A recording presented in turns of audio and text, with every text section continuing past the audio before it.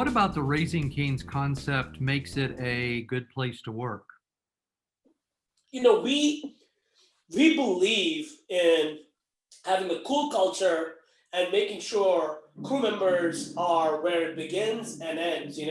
So we think about every little aspect of our crew members, even the uniforms that we provide them.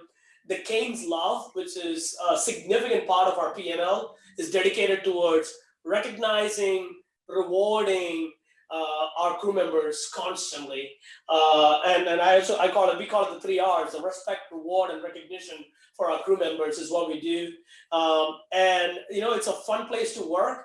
If you ask one of our crew members, hey, what is it like to work at Racing Canes? And I quote them, almost all of them would singularly say, oh, it's cool. That their language is cool. And what we aspire to do every day is to bring that cool culture to life. Was there anything you did in the pandemic that you see as a lasting impact on how you operate the business?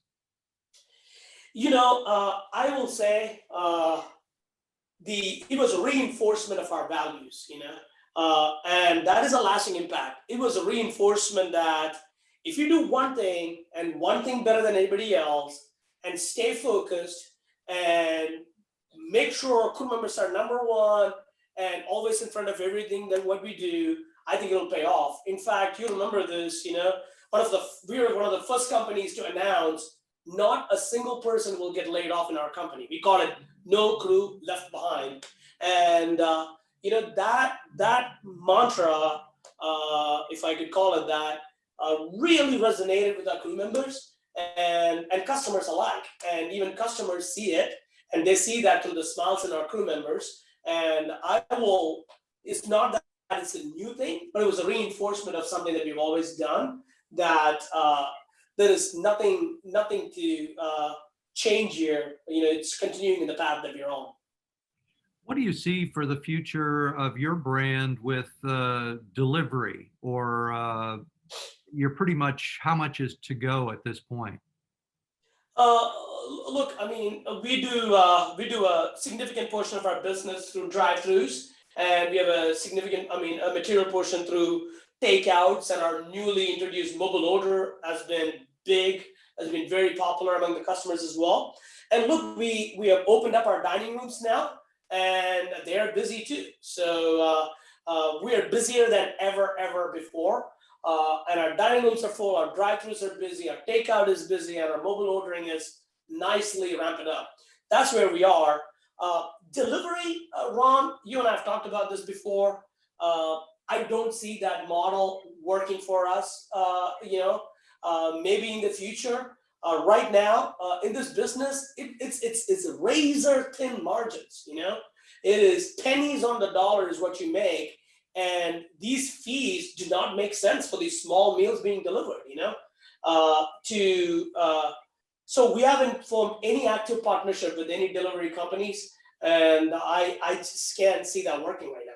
You mentioned going into new markets, and you're sending the food truck ahead to kind of whet people's appetite.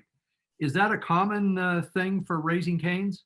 It is new. We of course got our food truck made last year. It has been a massive success. In fact, lots of celebrities are constantly. It is not available for sale, by the way. We are not selling it to anybody. We are only sending it to. I mean, like lots of people requesting it. So we are trying hard to keep up and send it to those places. But when we enter markets, active community involvement has been a core to our DNA from day one. So we want to be involved and engaged in our communities. And food truck gives us a great way to do that ahead of time before that first restaurant opens. So, like for example, in Salt Lake City, we visited dozens of hospitals, lots of frontline workers, schools, faith-based organizations, just to help them raise funds for their cause and stuff like that, and also have a taste of what is to come in their backyard, some quality chicken finger meals. And what, for you personally, what is the most satisfying thing about growth and Raising Cane's success? Oh my God, no questions. Crew members and customers, seeing our crew members join our journey and also grow with us, that is incredibly satisfying.